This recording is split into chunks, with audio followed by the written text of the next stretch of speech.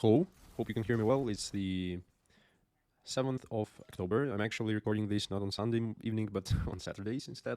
The catch here is that I have no time tomorrow, so I decided to record this upfront to not end up in a situation when I didn't record it at all. So it's my default, I guess, average reflection session, just the usual one.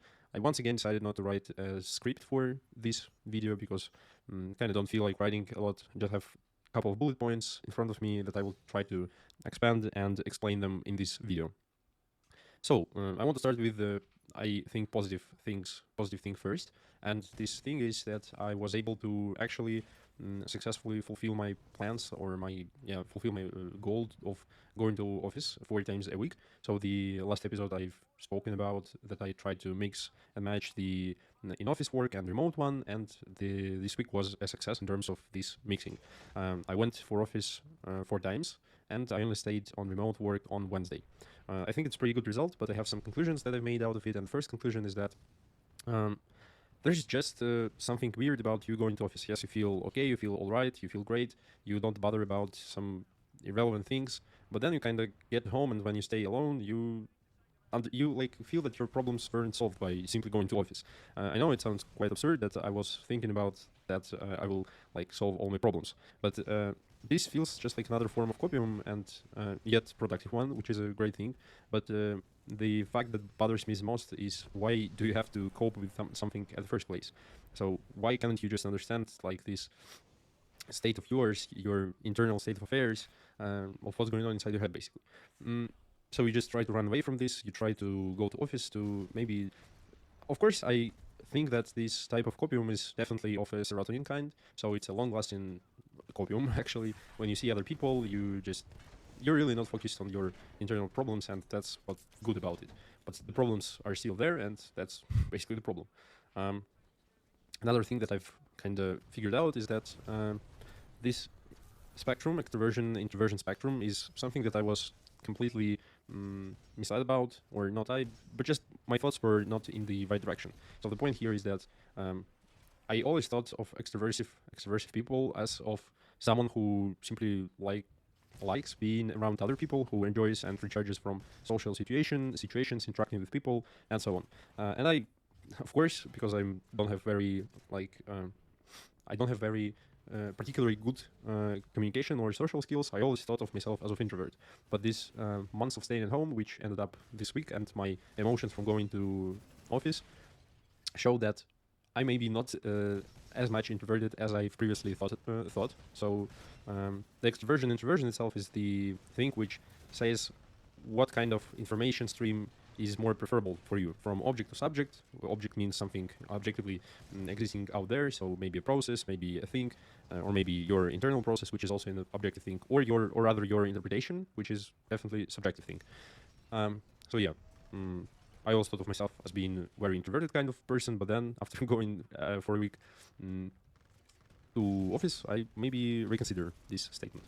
Another thing is that I've started to read Shape Up, which is the internet book by Basecamp about the project management methodology, which essentially breaks down to 3 main parts.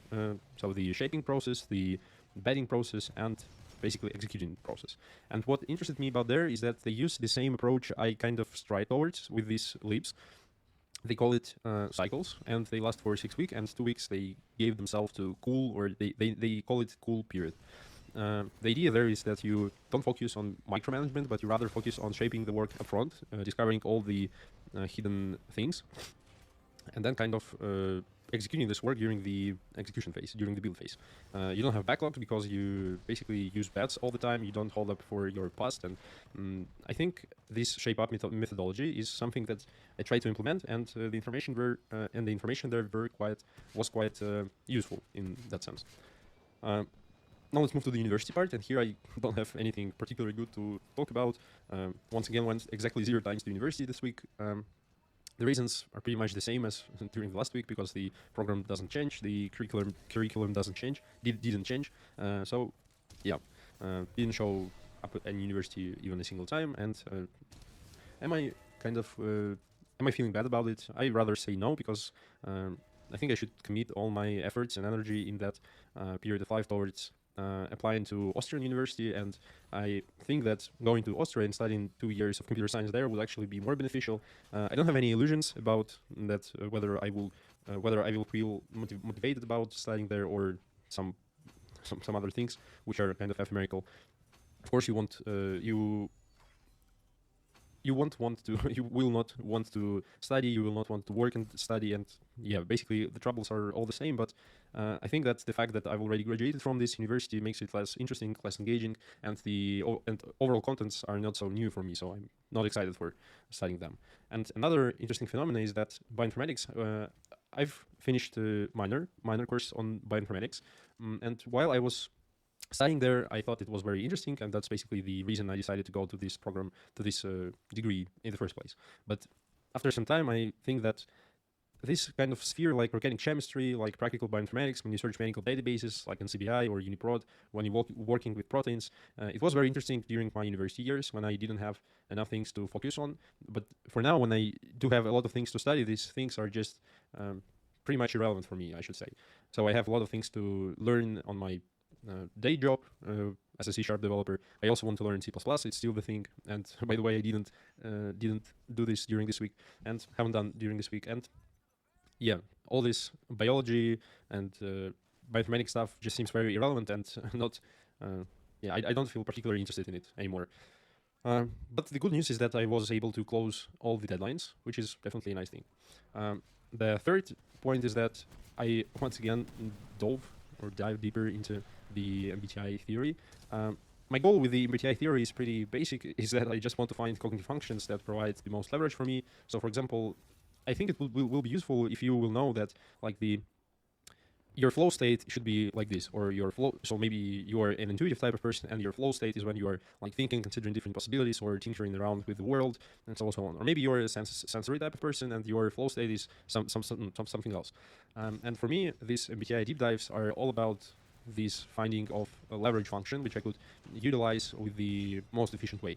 And I feel just like each and every combination of letters, which is like all this, like these cognitive functions were invented by Freud, if I'm not mistaken, and then like Myers-Briggs just took them and combined them into these fancy characters, into these four-letter personality types. And I think this action was not very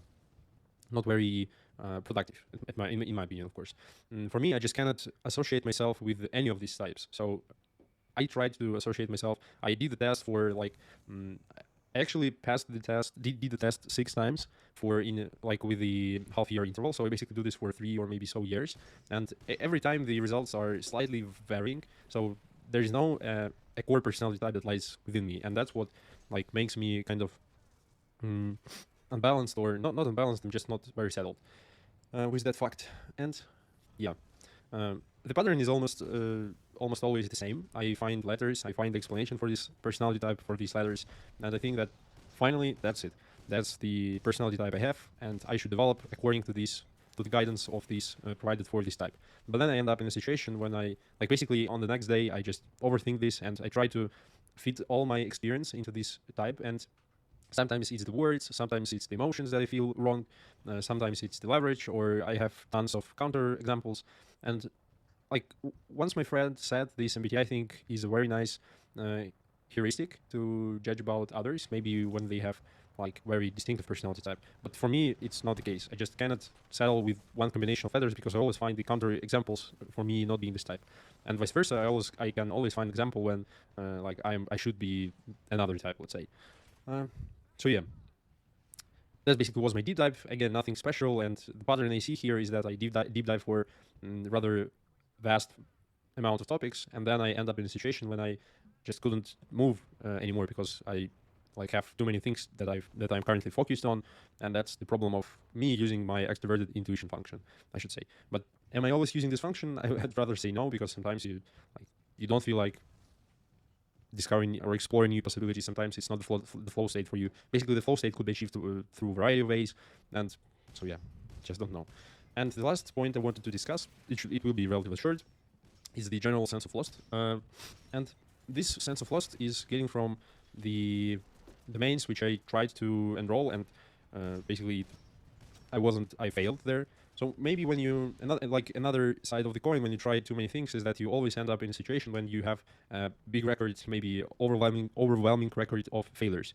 It's natural. It's surely this is normal when you didn't devote yourself fully to an activity, when you haven't committed enough hours into it, you want to see any results. And for me, it's like I tried to commit for too many things at once. I just couldn't do them, and I end up in a situation when I feel like this vicious circle when you feel like you were total stupid shit and you cannot achieve or accomplish basically anything. So yes, you feel you feel like very motivated at first, but then kind of this motivation it fades away, and you should be just focusing on this thing, and that's what I think is my like trouble spot. So I just cannot simply focus on one thing and fully commit myself to it because of sense of thought, because I don't know what's right, what's wrong. So maybe it's or not maybe, I think if it's happened to me, it's almost certainly happening to everyone else. But like the emotions I feel are not very positive, I should say. You always try to ask yourself what do you actually want and what type of activity do you want to do, and there's just nothing in response, or maybe too many variants of too many activities that your brain responds with, and you end up or either paralyzed from the abundance of choice or paralyzed because you simply don't know what to do and you fear that this will be your whole life experience, and so on. Now that's all I wanted to say. It was a little bit pessimistic today, but that's it. It is how it is. There's just a negative cycle, a negative phase of the cycle. So yeah. Okay. Thanks for listening. I hope you'll have a great week, and bye bye.